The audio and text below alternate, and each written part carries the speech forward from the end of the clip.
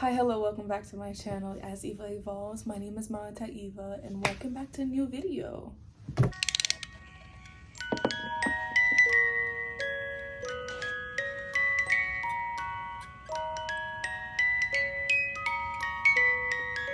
Anyways, today's video is going to be about mental health and possible teeny tiny tips that will help you just kind of navigate your mental health. And I hope these tips are helpful for you. Also, there's a glare. If you're someone who has struggled with their mental health, I really want you to watch this video and take some notes, and hopefully these tips can help you. Struggling with your mental health is a very difficult thing to go through, and for me at least, it's one of the most difficult things that I've ever experienced in my life because it has set me back in so many ways. But having overcome it, I feel like it just made me a mentally stronger person. You know what I mean? So I really hope all of this is like very helpful for you. I struggled with depression and anxiety growing up, like from maybe 12 to 19.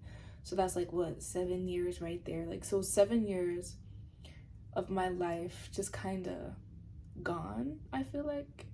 Or maybe it was 13, I don't know, but 6 to 7 years of my life just kind of not gone, but of me drowning in my own sadness, in my own thoughts, in my own depression, like just feeling hopeless, helpless, like nothing mattered, feeling empty. And it was very hard to navigate through because I didn't, now I have a support system, right? But back then when I was going through all of this, I didn't have that, and I wasn't getting any help as well, so I was just drowning.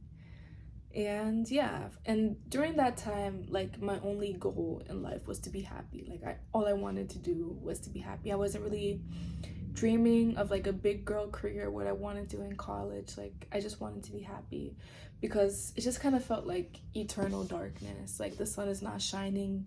Like, you're just sluggish about your own life. The only thing you want to do is sleep, like, and sleep and sleep and sleep. You want to sleep your life away. Like, that's it. Anyways, but as I said earlier, I'm looking at my notes. So I'm just going to look at my notes and speak. So tip number 1 to somewhat help you with your depression, because again, it's a process, right? So stop thinking so negatively about yourself, right? When I was very, very depressed, when I was at my lowest, I did not want to be. Like, I just did not want to be, period. I did not want this life. I didn't want it, like, at all.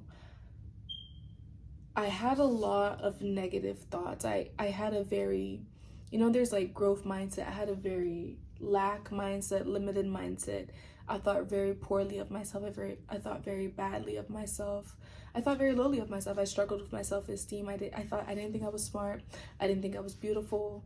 I didn't think I was worth it or worthy of anything. Like, I just did not like myself. I completely hated myself.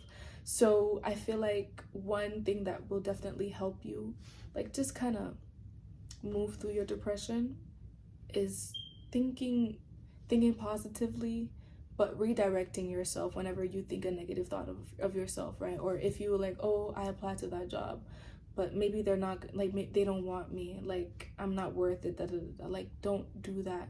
Like, stop thinking so negatively about yourself. I really want you to work on your thought process and how you view yourself, your self-esteem. You need to work on those things, right? You need to work on your thought process and your self-esteem. Another thing I will say that I probably should have said in the beginning of this video, for number 1 tip to like cure your depression, or at least minimize it and get healthier, get better, change your environment. If you are in a very abusive environment, I need you to leave. And that is easier said than done, but please find your escape route and leave. If you are in an abusive relationship with someone and that is taking a toll on your mental health, I need you to leave. Please choose yourself and leave. You will thank yourself. If you have kids, your children will thank you for leaving. I know some people like to stay for the kids, but let's be so honest. You're not staying for the kids because the kids don't respect you if you're going to be in an abusive relationship. They're not going to like you, and you're setting a very bad example for what healthy romantic relationships look like for your children. And is that what you really want? No, I doubt it. Right? But you need to leave. You need to change your environment. You need to leave. Also, a form of changing your environment can also just be going for a walk, going outside, going to the library, going to the mall, going to a cafe. Staying home in bed all day long is not going to get you far. It's just going to keep you depressed. Sleeping all day is going to keep you depressed. Go outside, get some sunlight. And if you like struggle with seasonal depression, I don't know what to tell you, but change your, because like for some people, changing your environment wouldn't work if your sadness, your depression is triggered by winter. Like, I can't just tell you to leave. I mean, if you have the means to travel, go, by all means, go to a warmer state, a warmer country with sunshine, and come back. But you might not have the means. But if you do, child, I don't know your bank accounts. Maybe you do have the means to do that. I think that's a great option, right? So, as I said, premium tip, leave, change your environment. If you're in an abusive situation, leave. If you are laying in bed all day, you need to get up and go. And also I said, thinking positively, like redirect. I don't want to be like, oh, happy thoughts, but redirecting yourself every time you have a negative thought about yourself and building up your self-esteem. Second thing you should know if you're struggling with your mental health is that your abuse, your hard circumstance, whatever that is causing your depression is not your fault. Like, don't blame yourself for everything. Like, don't be so hard on yourself, right? You can't beat yourself down. You can't beat yourself out of a depression. Like, if you're depressed, that's just how you feel. Like, that's just it for now, not forever. You won't be depressed forever. I'm just gonna tell you that because I want you to have hope. I want you to be hopeful for a better and happier and brighter future, right? But it's not your fault if your depression is caused by like an abusive situation. It's not your fault. Usually when you're in a very bad situation, like that person or whoever it is that's abusing you will make you feel like it's your fault that they're hitting you or insulting you or calling you all these terrible things or doing all these terrible things to you. But it is not your fault. It is not your fault. And I need you to just let that sink in. And I want you to also know that it's not gonna be a forever thing. This is just a part of your story. This is not happening to you because God hates you, because you're unlucky, because you're stupid, you're not smart enough, because you're ugly, because you're like, it's not your fault. It's just, life isn't fair. Sometimes we find ourselves in situations that we didn't even know how we got there, right? But that's a part of life. There's ups and downs in life. It's not meant to be perfect. It's not meant to be all sunshine and rainbows. There are going to be very hard points in your life that will definitely redefine your character. And you have to be willing to go through that and become a different person and overcome and persevere. Think about Oprah and her story. Think about Harriet Tubman. I really don't know why I thought Harriet Tubman. And why am I thinking Black leaders, right? MLK. But think about so many great people today, people that you admire. Look at their story. It's not everyone who is super successful today had a very terrible upbringing, but a lot of people have overcome a lot of trauma in order to get to where they need to be. And for some people, that's just a part of their story. You're going to go through your hero arc and you're going to be down and you're not going to have hope, but I need you to have hope that you'll overcome that situation, that thing that is bogging you down. Even if it's just a temporary situation, I need you to have hope that you will get through it. Even if you had a great childhood and you just went through something in life that just traumatized you, you're going to get through it. Wallahi, you're going to get through it. Because when I was there, I think I needed to hear that, but that was the only thing carrying me through life for a long time.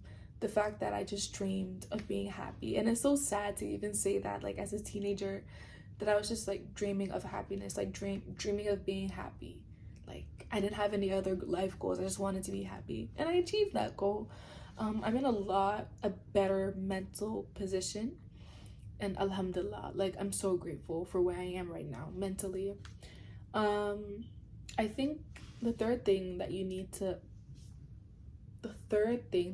practice or need to learn is you need to learn to validate yourself, right? If you're going through a hard time, and again, I keep going back to like an abuse situation because I don't know, I feel like for me that's kind of what caused my depression, like my home environment and whatever I saw like growing up that really impacted me and weighed on me heavily.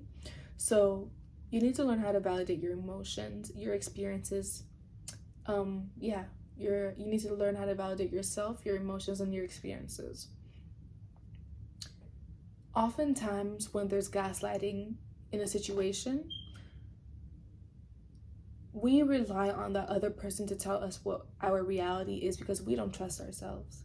If that person said the sky is blue, or the sky is blue, if that person said the sky is red, we are going to believe them instead of trusting ourselves and believing our reality and our interpretation of reality. So I really need you to be able to validate yourself and trust yourself and your emotions and trust your gut, because learning that skill and practicing it is going to take you far in life. In life, you're going to have to trust yourself. You're going to have to trust how you feel in certain situations, how people make you feel, like how you feel about certain things. You have to trust that. And you have to make action on how you feel sometimes and on your intuition specifically. And you really have to trust that your reality is the only reality that matters in a way. Like, don't let someone else tell you what your reality is or isn't, and how you should feel and how you should react to things that are happening to you actively. Trust yourself and be able to act on that. Like, stand up for yourself. I feel like validating yourself and your experiences is like a way of standing up for yourself in a way. Please go to therapy, get help. Therapy is very helpful because, and this kind of goes into the point I was just discussing, validation. Telling your story to someone else and then being like, whoa, that's terrible. And then you just like, oh my God, so I wasn't overreacting. Like, this isn't normal. So this isn't normal. Like, this, it's not normal for me to be spoken to this way in a relationship, romantic, familial, like whatever relationship. It's not normal for me to be treated like this. It's not normal for me to be like communicated to like this. Like, it is so validating and healing. Like, just realizing that it's not all in your head and you're not going crazy after so much gaslighting. It can be very healing and very overwhelming. Like, you'll just feel like relief. But honestly, I think therapy is very helpful, and having a very great therapist will get you very far in your healing journey. Also, another tip, I think this is tip number 5, journaling. Journal everything. Journal every time something bad happens to you, and this could be like a form of record keeping in case you have to go to court for anything, girl. Everyone is in vastly different situations. Journal everything. For me, if you don't have someone to talk to, journaling is very, very healing. Very healing. Because like for me, every time I journal something, it's like my chest feels lighter. I feel lighter. And it's just a great way of processing your emotions, but also processing all like the traumas or all the things that are happening to you. And even if you're not struggling with your mental health, like, just journaling just helps you keep track of your life. It just adds to life. I feel like it's very helpful tip to have, like, I don't know, a healthy mental state. Also, journaling, like finding specific journal prompts and writing about them. If you're struggling with like insecurity, like finding out why you struggle with insecurity, or a certain insecurity and where that came from and how that's impacting you and why you want to change it. Like, just journaling about all the issues that you're facing individually, like what is insecurity, anxiety, like finding out why and where your anxiety comes from, is very important because it just is like finding the root of the problem. Journaling makes you very self-aware, and I think that self-awareness will allow you to hold yourself accountable as you move forward in life. And I think that's a very important skill to practice, because you're not always going to be right in life. And yeah, this is this video. I really hope this video was helpful for you, and please like, comment, and subscribe. Follow me on TikTok and Instagram, Pinterest, and I really hope this video was helpful for you, and have a good day. Bye.